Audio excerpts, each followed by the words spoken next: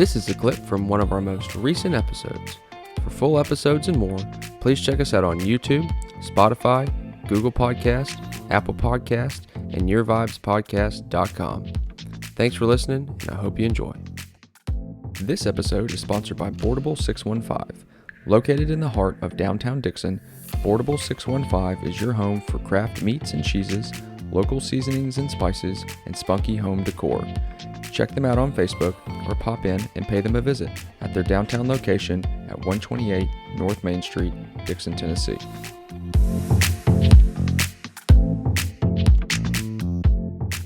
So we could talk about the bash because that's a fun. Yeah, that's coming up next. That's thing. coming up next, and I know we've met a couple times on it, and have just kind of chatted briefly, and then it's going to be big, and it's going to be awesome. And from what you've told me, I can't wait. So if you want to, I guess kind of maybe start at the genesis of, obviously, Yeah, absolutely. You seem to have just these kind of downloads of ideas and then act on them, which is fantastic. Too many people have these ideas and sit back and don't do anything. Well, let's focus. So, actually, let me touch on the sitting on G, waiting on O. Yes. I'm always sitting on G, waiting on O.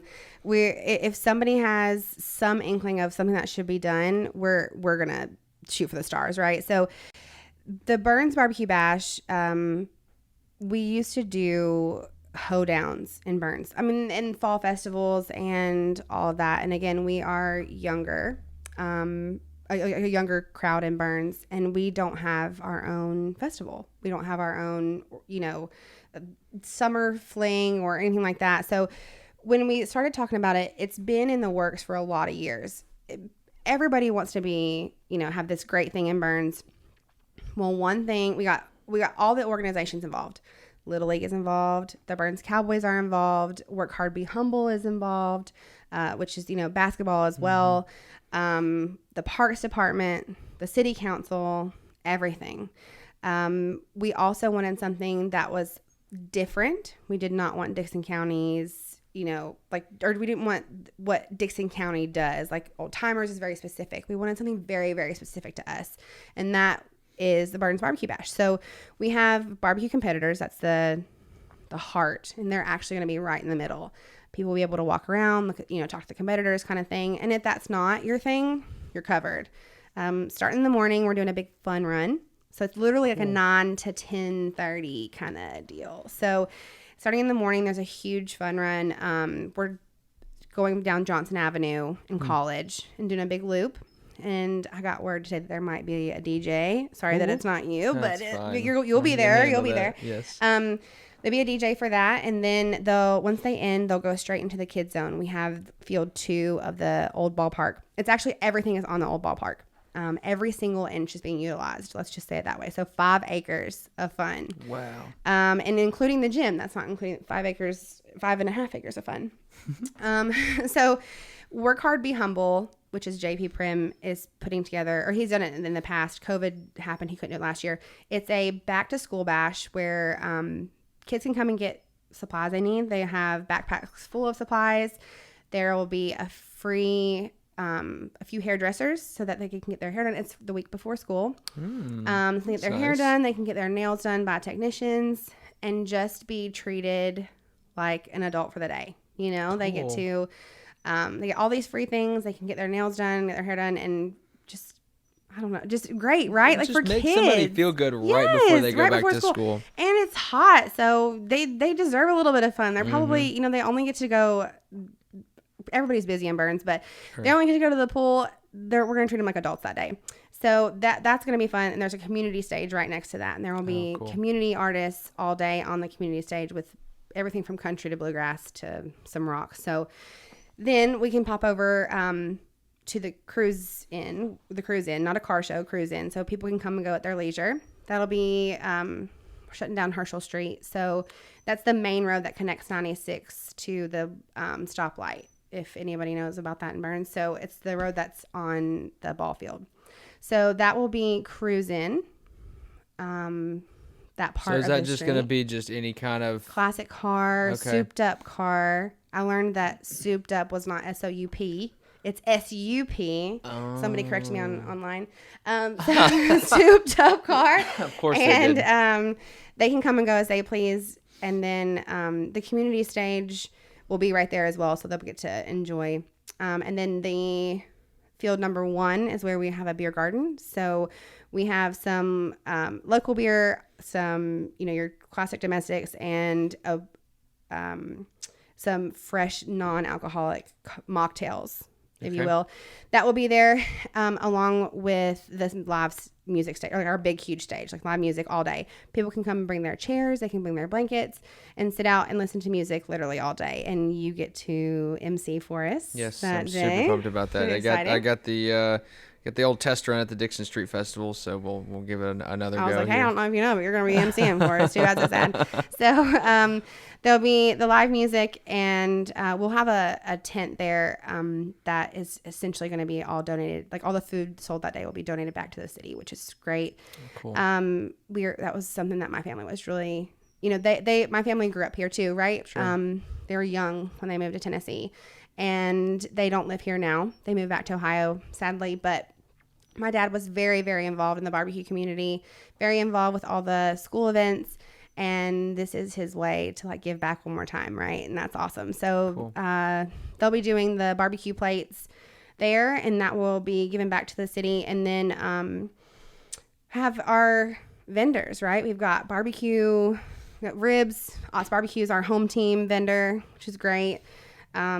They're blowing up. Oh yeah, they're doing Wesley great. and Victoria are great people. So of course they are going to be a part of our event, right? And then we have a few, like Freshies is coming, and Smoking Willie's with ribs. Cool. Lots of artisan vendors as well.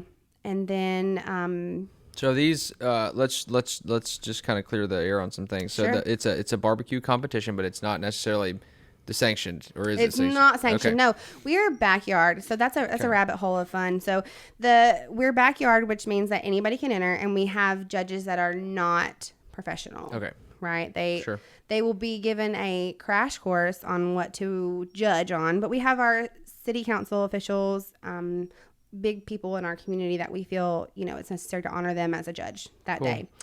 And the people competing may not necessarily be selling their barbecues. Correct. Okay. Correct. So But then you're bringing in the food trucks either way. Yeah. So it's not, so the barbecue competitions are not, if you don't have a health license, you cannot sell food, right? So barbecue competitions are a way for people to, get involved in something, right? It brings a really good crowd. Everybody will be able to walk around said vendors. If they want to donate a bite, they're more than welcome to. Sure. They cannot legally like here, try my food, but we want the community to get involved. So next year, our goal, this year was hard. There's a huge meat shortage in the Oh yeah, I mean, trying to have now. a barbecue competition right now and you actually pulling it off is fantastic. But I wanted to kind of get that out there because I know Dixon had tried to do it in the past, and there may be, and there was a misunderstanding as far as how it worked. But I think you guys are in conjunction doing some great things as far as being not misleading, but also throwing in the food trucks and also the other kind of vendors and stuff like that as well too. Yep. So you will be able to eat, you will be able to enjoy yourself. The music and you'll be able to well talk too. and see. I mean, the smell alone, we're gonna be able to smell it down, like on this side of town. But the smell alone is gonna be great. But people will be able to see. There's a huge grilling community here. Oh yeah, huge. The grill mob. The grill mob. Yeah, we should give them a shout out. The grill mob's great. I didn't even know that existed, right? And everybody's asking me like, well, what kind are you using the money muscle? And I'm like, what are you talking about? Like, what is this going on? Like bone in what? So, but there is a huge meat shortage. We were unable to secure a lot of meat for us to donate to us for the competitors. So next year, our goal would be to have the meat provided for them, and then they can give out as much as they want. And they have to provide it this year. So there might not be like enough surplus of taste, but if they want to, they can. Sure. They can give out the rest that's left over. We'll be providing the volunteers with food under the big tent, the green and white tent. So like our plated food, they'll be able to. So otherwise, the rest is for the community. But that judging goes down from 1 to 2. Okay. So everything, it's going to be madness brisk from 10 a.m. to 2 p.m. with the competitors. They'll be, they're actually setting up on Friday night. They're allowed to come in, they set up, and they do a long cook with the pulled pork. Okay. Some people like to smoke their pulled pork for 14 hours or however long, right? We're not doing brisket. Brisket's really hard to find right now. So it's just pulled pork, chicken, and ribs. And they will turn in starting at 1, and that's per meet with our judges. And it's just, from what I understand, if anybody watches any type of grilling or competition TV show, Barbecue Pitmasters, then you know that it's real intense and go from there. So we also are doing a poker run. So the poker run is in with the Burns Cowboys. Burns Cowboys are our that's their field, their home field. Sure. And they are having a donation.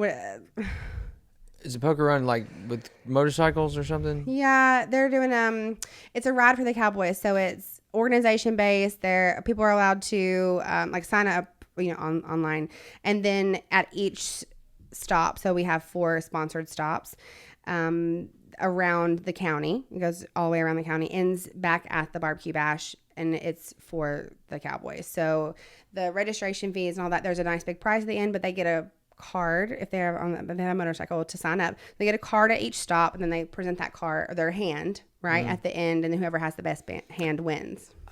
So they pay to enter, and the money goes back to the football team. And then, but there is a prize. Yeah, there's a cash prize at the end. Most of the time, because motorcycle riders are great, they end up giving them right back. So there will be a 50-50 drawing for that too, and that's always a great time. And then we haven't touched on our kids zone. Kids zone's big. Yeah. So also Little League and the Cowboys, specifically the Cowboys, we have a girl, Ashley Andrews, who has been great help with all this.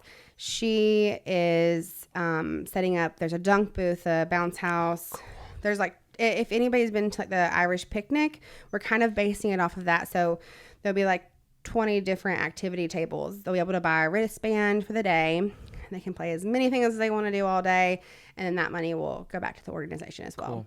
Yeah, and then there's a really, really nice silent auction that will be in the beer garden because it's adult friendly. There's great bottles of liquor, and I don't know if I can say that online, but it'll be worth something to bid on. Something to bid on. If you win, you're going to be happy if you take it home. Kids can't take that home. So. Sure. And then the artists and vendors, right? There's all of that fun stuff. We've got some really great outside. So how many vendors are you thinking you're going to have? Right now we've got 20. I think there was 2 more that signed up. 20 barbecue competitors, and I know 4 people who have not signed up who are verbally confirmed. Okay. Wow, that's a lot. So we're looking at a lot for our first year, and then we've got about 35 artists and vendors who will be there. And there's lots of involvement with the community, lots and lots and lots. We've got churches involved. We've got local businesses. First Federal sponsored our main stage, and they were willing to do it right off the bat, which is wonderful. We've got it's like a photo booth, cotton candy. You name it, right? There's so many moving parts. Something to do for everybody. Every single person. We touched on every single age, and then the fun part is the music goes till 10:30. Cool. And then after the music, we'll have a little fireworks show. Oh, yeah. Yeah. That's exciting. We just found that out today. So good for you. Yes, that's great. So it's literally going to be an all-day festival, and we expect a lot of people, and our community is ready. We are ready. We are sitting on G, waiting on O. Thanks again to Boardable 615 for sponsoring this episode. Be sure to check them out on Facebook or pop in and pay them a visit at their downtown Dixon location located at 128 North Main Street, Dixon, Tennessee. If you're interested in sponsoring an episode, please reach out to me directly via email at yourvibespodcast@gmail.com. Thanks again for listening, and always remember, stay vibey, my friends.